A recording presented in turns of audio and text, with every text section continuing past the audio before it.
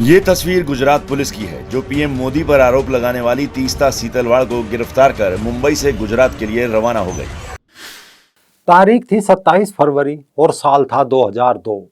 गुजरात के गोधरा स्टेशन पर अचानक साबरमती एक्सप्रेस ट्रेन का कोच जल उठा। ये आग जिहादी मानसिकता से भरे लोगों ने लगाई थी। इस आग की चपेट में आकर 59 कार सेवक मारे गए। बस फिर क्या था? इस कांड के बाद पूरा गुजरात जल उठा। इसके अगले दिन तो यानी 28 फरवरी को अहमदाबाद की गुलबर्ग हाउसिंग सोसाइटी में बेकाबू भीड़ ने 69 लोगों की हत्या तक कर दी थी। मरने वालों में कांग्रेस के पूर्व सांसद एहसान जाफरी भी थे, जो इसी हाउसिंग सोसाइटी में रहते थे। इस हाउसिंग सोसाइटी में एहसान जाफरी समेत 69 लोगों की मौत से अगर कोई सबसे अधिक भावुक था तो वो थी तीस्ता सीतलवाड़। भावुक होना चाहिए। तीस्ता ने 69 लोगों की याद में गुलबर्ग सोसाइटी में एक म्यूजियम बनाने के लिए विदेशों से लगभग 1.5 करोड़ रुपया जमा किया। मतलब कि सोसाइटी में म्यूजियम बनाया जाए, उसके माध्यम से बताया जाए कि देखो किस तरह जुल्म हुआ था। पैसे देश विदेश से तीस्ता को मिले भी, लेकिन बाद में पुलिस ने दावा किया कि तीस्ता और उसके पति जावेद ने उन पैसों से गहने और शराब खरीदी थी। मसलन म्यूजियम के लिए आए करोड़ों रुपए की तीस्ता दारू पी गई। नमस्कार दोस्तों, रंग दे बसंती देखना शुरू कर चुके हैं आप। मैं हूं राजीव चौधरी। तीस्ता सीतलवाड़ एक सामाजिक कार्यकर्ता है, citizen for justice and peace नामक एनजीओ की सदस्य हैं। साथ ही आपको जानकारी दे दें, गुजरात दंगों पर सुप्रीम कोर्ट के फैसले के बाद गुजरात एटीएस एक्शन में आ गई है और इस मामले से जुड़ी एक्टिविस्ट तीस्ता सीतलवाड़ को गुजरात एटीएस ने मुंबई से गिरफ्तार किया है। जनवरी 2014 में तीस्ता, उनके पति जावेद आनंद, मरने वाले एहसान जाफरी के पुत्र तनवीर जाफरी और अन्य 2 के खिलाफ अहमदाबाद क्राइम ब्रांच में एफआईआर दर्ज की गई थी। ये मामला इससे पहले ठंडे बस्ते में पड़ा था, लेकिन कुछ दिनों पहले अचानक मरहूम एहसान जाफरी की पत्नी जाकिया सुप्रीम कोर्ट पहुंची और 2002 के गुजरात दंगे के मामले में तत्कालीन मुख्यमंत्री नरेंद्र मोदी को क्लीन चिट देने वाली एसआईटी रिपोर्ट के खिलाफ याचिका डाल दी। 24 जून को सुप्रीम कोर्ट ने याचिका को खारिज करते कहा कि शीर्ष अदालत ने गुजरात दंगों के मामले में याचिकाकर्ता जाकिया जाफरी को फटकार लगाई और याचिका को दूर की कौड़ी और बर्तन को उबालने का प्रयास करार दिया। असल में केवल एक तीस्ता की कहानी नहीं है, ये एक पूरा गैंग है जो खुद को सामाजिक कार्यकर्ता, पत्रकार, एक्टिविस्ट, मानवाधिकार कार्यकर्ता आदि नामों से सुशोभित करता आया है। इसे आप एक सूक्ति से समझे कि उष्टाणा विवाहेषु गीत गायंती गर्दभा परस्पर प्रसन्ति हौ रूपम हो धवनी। यानी ऊँटों के विवाह में गधे गीत गा रहे हैं और एक दूसरे की प्रशंसा कर रहे हैं कि आहा क्या रूप है, आहा क्या आवाज है। बस ये कथित एक्टिविस्ट भी ऐसे ही हैं, एक दूसरे की तारीफ करते रहते हैं और जब एक पकड़ा जाता है तो बाकी के तमाम एक्टिविस्ट का रुदन भी इसी तरह देखने को मिलता है। ये लोकतंत्र की हत्या है, संविधान की 13वीं है, धर्मनिरपेक्षता का उठावना है।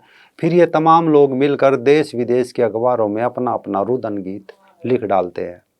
इनका मुख्य काम धंधा कहो या रोजगार चंदे पर निर्भर होता है। ये लोग अपने लिए आपदा में अवसर तलाश करते रहते हैं। कोरोना हो या कहीं दंगा हो, हिंसा हो, महामारी हो, चंदा लेते हैं और जमा हुए उन पैसों से अपनी लग्जरी लाइफ जीते हैं। चंदा देने वाले पीड़ित भी सोचते हैं कि ये उनकी लड़ाई लड़ रहे हैं। अब जैसे ही गुजरात पुलिस कह रही है कि तीस्ता सीतलवाड़ और उनके पति जावेद आनंद ने दंगा पीड़ितों के लिए एक स्मारक के निर्माण और व्यक्तिगत खर्चों पर उनकी सहायता के लिए जमा किए गए धन को खर्च किया था, जिसमें शराब, महंगे mobile phone, movie, CD, romantic उपन्यास, हेयर स्टाइलिंग और अन्य चीज़ों पर खर्च किया गया। इसमें तीस्ता अकेली नहीं है, कई अन्य लोग भी हैं जिन्होंने गुजरात दंगे के मामले में झूठ फैलाकर अपने अचूक कैरियर को आगे बढ़ाया। उदाहरण के लिए पत्रकार राणा अयूब, एक दान धोखाधड़ी के आरोपी, स्टिंग ऑपरेशन टैप के बारे में बात करती रही, एक किताब भी लिख डाली गुजरात फाइल्स, और बाद में इसने भी कई एनजीओ बनाए, पीड़ितों के लिए चंदा बटोरा और ये भी आज अपनी लग्जरी लाइफ जी रही है। वैसे तो एक कथित सामाजिक कार्यकर्ता और किसी काम के नहीं होते, लेकिन राजनीतिक दल इनका बखूबी इस्तेमाल करते हैं। इन्हें पद्मश्री, सद्भावना पुरस्कारों के तमगे बांट देते हैं। तीस्ता की बात करें तो कांग्रेस ने तीस्ता को राजीव गांधी सद्भावना तमगा दिया, पद्मश्री जैसे तमगे नवाजे, जबकि गुजरात दंगे मामले में खुद को सेक्युलरिज्म की सबसे बड़ी पैरोकार के रूप में साबित करने वाली तीस्ता सीतलवाड़ लगातार विदेशों के इशारे पर काम करने का आरोप उस पर लगता रहा। तीस्ता गुजरात की चुनी हुई सरकार को अस्थिर करने और गिराने में वर्ष 2002 से ही जुटी रही। तीस्ता सीतलवाड़ के विदेशी कनेक्शन का खुलासा खुद उनके पूर्व सहयोगी रहे रईस खान पठान ने अदालत में जमा करके अपने एक हलफनामे में किया था। रईस खान के अनुसार तीस्ता के पास विदेशों से हवाला के जरिए जमकर पैसा आ रहा था। असल में 1983 में बॉम्बे यूनिवर्सिटी से तीस्ता ने फिलोसॉफी में बैचलर डिग्री ली। एक पत्रकार के तौर पर अपने कैरियर का आरंभ किया। बाद में पत्रकार जावेद आनंद से शादी की। अचानक 2002 में दंगों के बाद इनकी किस्मत पलट गई। आपदा में अवसर की तलाश की और इसी साल अपना एनजीओ शुरू कर दिया, जिसका नाम रखा citizen for justice and peace. गौर करने वाली बात यह है कि जिस तीस्ता और उसके पति जावेद के खाते में गुजरात दंगे से पहले यानी जनवरी 2001 से दिसंबर 2002 के बीच यूनियन बैंक ऑफ इंडिया में खुले बचत खाते में कोई भी रकम नहीं थी, लेकिन गुजरात दंगे के बाद न केवल उन्होंने कई बैंकों में खाते खोल दिए बल्कि करोड़ों रुपए की बारिश भी उन पर रोज होने लगी। जिस गुलबर्ग सोसाइटी केस में उन्होंने दिवंगत एहसान जाफरी की पत्नी जाकिया जाफरी के साथ मिलकर घटना के 4 साल बाद नरेंद्र मोदी को मुख्य अभियुक्त बना था, उस सोसाइटी के पीड़ितों ने शिकायत की थी कि दंगा पीड़ितों की मदद करने के नाम पर तीस्ता देश विदेश के दानकर्ताओं से करोड़ों रुपए तो वसूल कर रही है, लेकिन हमें फूटी कौड़ी भी नसीब नहीं हुई।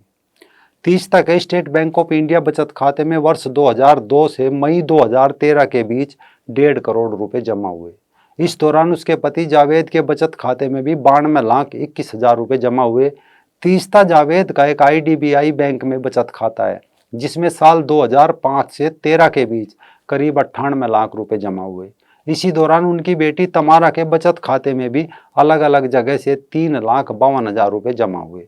दंगे के बाद तीस्ता के IDBI व यूनियन बैंक के खाते में 2 करोड़ 11 लाख एवं 1 करोड़ 28 लाख रुपए जमा हुए। तीस्ता के पूर्व सहयोगी रईस खान पठान के मुताबिक दंगा पीड़ितों की मदद के लिए आए इस दान के धन को तीस्ता व उसके पति ने fix deposit, market share, mutual fund में निवेश करके खूब मुनाफा कमाया। बात यहीं तक सीमित नहीं है। इसके अलावा भी तीस्ता ने सबरंग कम्युनिकेशन नाम से एक फर्म भी बनाई।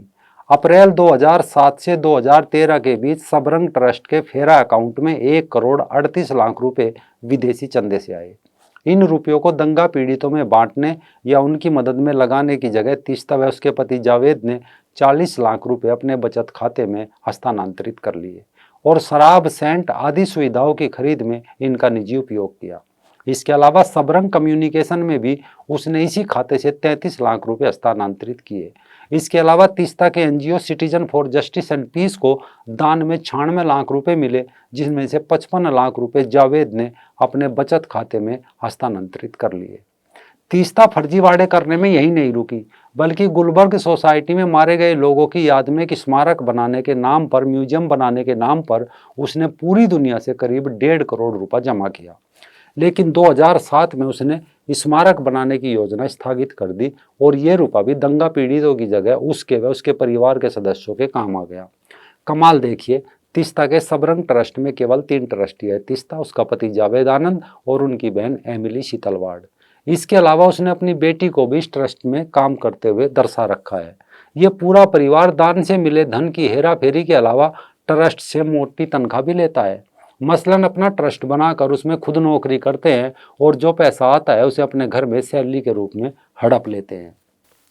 सिर्फ इतना ही नहीं, अमेरिका की मानवाधिकार उल्लंघन की पोल और दुनिया भर के राजनीतिज्ञों व दौलतमंद व्यक्तियों की पोल खोलने वाली वेबसाइट विकीलीक्स के मुताबिक तीस्ता सीतलवाड़ और अमेरिकी सरकार लगातार एक दूसरे के संपर्क में भी रही थी।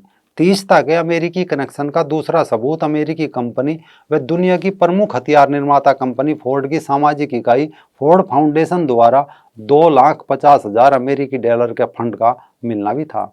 ये राशि तीस्ता के सबरंग ट्रस्ट को मिली है। इसके अलावा तीस्ता को नीदरलैंड की हिवोस संस्था से भी जबरदस्त फंडिंग के सबूत सामने आए थे। यही नहीं, अरब देशों से उनकी फंडिंग का सबसे बड़ा सबूत कुवैत की federation of Indian Muslim association द्वारा उन्हें सम्मानित किया जाना भी है।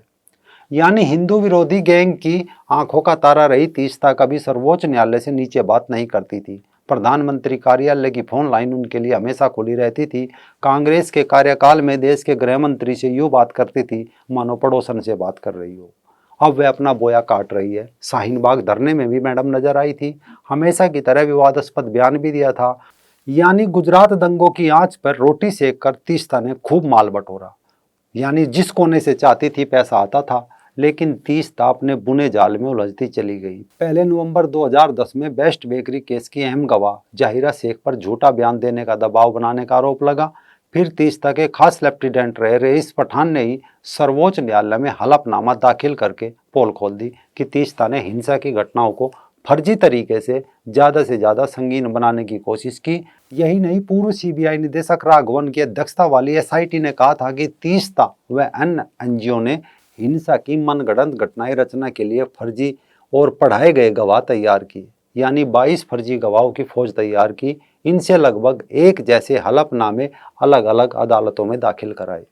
एसआईटी ने पूछताछ की तो पता चला इन गवाहों ने कोई भी ऐसी घटना नहीं देखी थी, उन्हें सिर्फ तोते की तरह रटाया गया था। एक समय तीस्ता का दावा था कि कौसर जहां गर्भवती थी उनका सामूहिक बलात्कार किया गया, उनका पेट चीरकर भ्रूण निकाल लिया गया, जबकि मामले की निगरानी कर रही सर्वोच्च न्यायालय की पीठ ने माना था कि ऐसा कोई मामला हुआ ही नहीं था। यानी 20 साल गुजरात दंगे में लाशों पर अपनी रोटी सेक कर खाने वाली, मस्त जीवन जीने वाली तीस्ता के झूठ और पाप का घड़ा मानो भर गया। अब गिरफ्तारी हुई, शायद 2 जुलाई को पेशी होगी। अब आगे इन पापों के कारण तीस्ता को जेल की हवा भी खानी पड़ सकती है।